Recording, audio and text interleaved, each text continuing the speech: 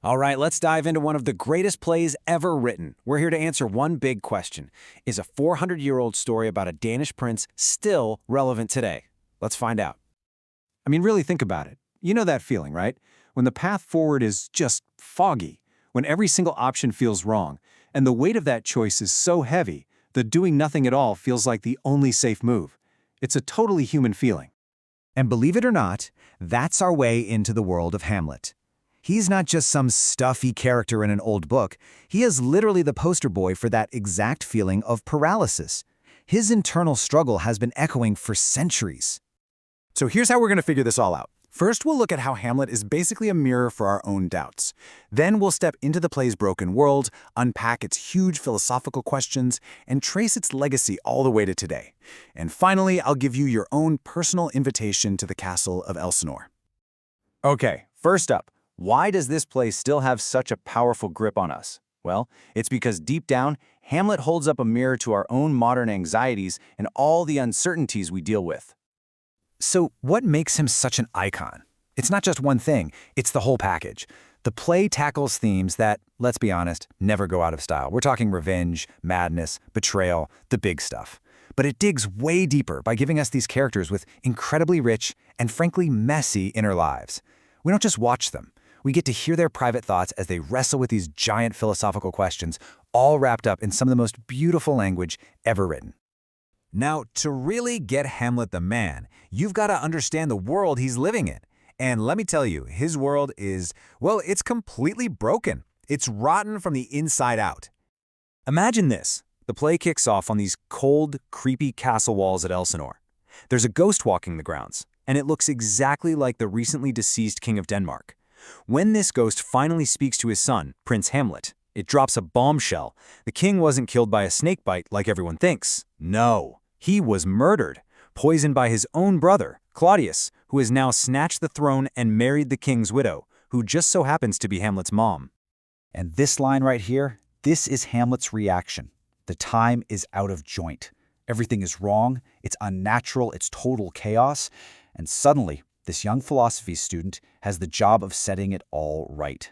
It's an absolutely crushing burden, and it's this weight that fuels the entire tragedy. And this burden is what forces Hamlet, and by extension us, to grapple with some of the biggest questions a person can possibly ask. This is where the play stops being just a story and becomes a philosophical masterpiece. And here it is, the line, probably the most famous line in all of literature. To be or not to be, that is the question. But what is he actually asking here? To get it, we need to know what a soliloquy is. Just think of it like this. It's a direct peek into a character's brain. They're alone on stage, talking their thoughts out loud. It's not a speech for anyone else. It's them wrestling with themselves. And Shakespeare uses it to give us a raw, unfiltered look right into Hamlet's soul. So what's the real dilemma here? On the surface, sure, he's asking if it's better to live or to die. But it's so much deeper. To be can also mean to act, to take revenge, and not to be can mean to do nothing, to just suffer. But the thing that stops him, the real problem, is the fear of the unknown, that undiscovered country of death. And that's a fear we all get, right?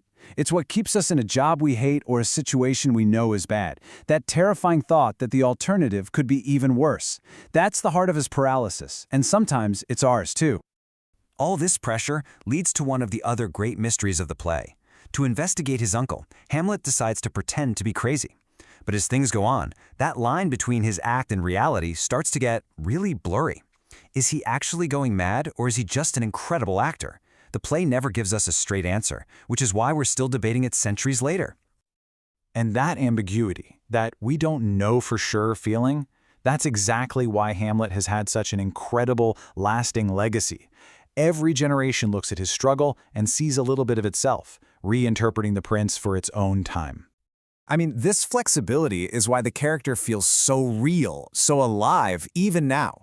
Just check out these 3 amazing film versions. In 1964, a Soviet film gives us this stoic, political Hamlet. In the very same year, you get Richard Burton, who is the classic, powerful, booming Hamlet. Then, fast forward to 2009, and David Tennant's Prince is modern, frantic, and just buzzing with nervous energy. Same exact words, but 3 totally different people. And it's not just the character. Even the core ideas of the play change with the times. Take revenge, for example. Back in Shakespeare's day, it was often seen as a duty, a matter of honor to restore order. But today, we see revenge very differently, usually as a destructive cycle of violence. So Hamlet's hesitation, which might have looked like weakness back then, looks a lot like deep moral wisdom to us now. He sees the chaos that revenge is going to cause. Which of course brings us all the way back to our first question. Why should you, right now, accept an invitation into the dark, gloomy halls of Elsinore?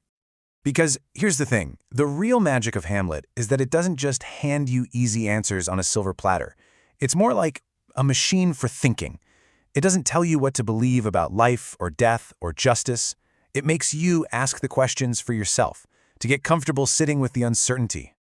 The play is just packed with these timeless bits of wisdom that have seeped into our culture, like this famous line from the courtier Polonius, "This above all, to thine own self be true." It sounds simple, but in a play that's so full of lies, masks, and deception, that one little phrase carries a ton of weight. And so, we're back where we started. Hamlet's story is a timeless echo of our own moments of doubt. It's a mirror for our deepest fears about making the right choice, the right move. So the next time you feel stuck, paralyzed by a big decision, maybe you'll remember the prince. When life puts the question to you, will you be able to answer?